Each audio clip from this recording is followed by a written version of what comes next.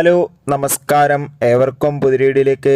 അങ്ങനെ കാത്തിരിപ്പിനൊടുവിൽ നുണക്കുഴി എന്ന ചിത്രത്തിൻ്റെ ഏറ്റവും പ്രധാനപ്പെട്ട പ്രിവ്യൂ റിപ്പോർട്ടൊക്കെ പുറത്തുവന്നിരിക്കുകയാണ്.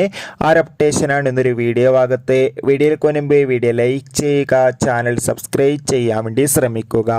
ബേസിൽ ജോസഫ്, ഗ്രേസ് ആൻ്റണി, മനോജ് ഗജയൻ, സിദ്ദീഖ് എന്നൊക്കെ പ്രധാന കഥാപാത്രങ്ങളായി ഓഗസ്റ്റ് 15 റിലീസ് ചെയ്യാൻ പോകുന്ന ചിത്രമാണ് നുണക്കുഴി.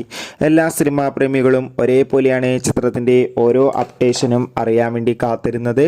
അങ്ങനെ കാത്തിരിപ്പിനൊടുവിൽ ഇപ്പോൾ ഇതാ നുണക്കുഴി എന്ന ചിത്രത്തിൻ്റെ ഏറ്റവും പ്രധാനപ്പെട്ട പ്രിവ്യൂ റിപ്പോർട്ടുകളൊക്കെ പുറത്തുവന്നിരിക്കുകയാണ്.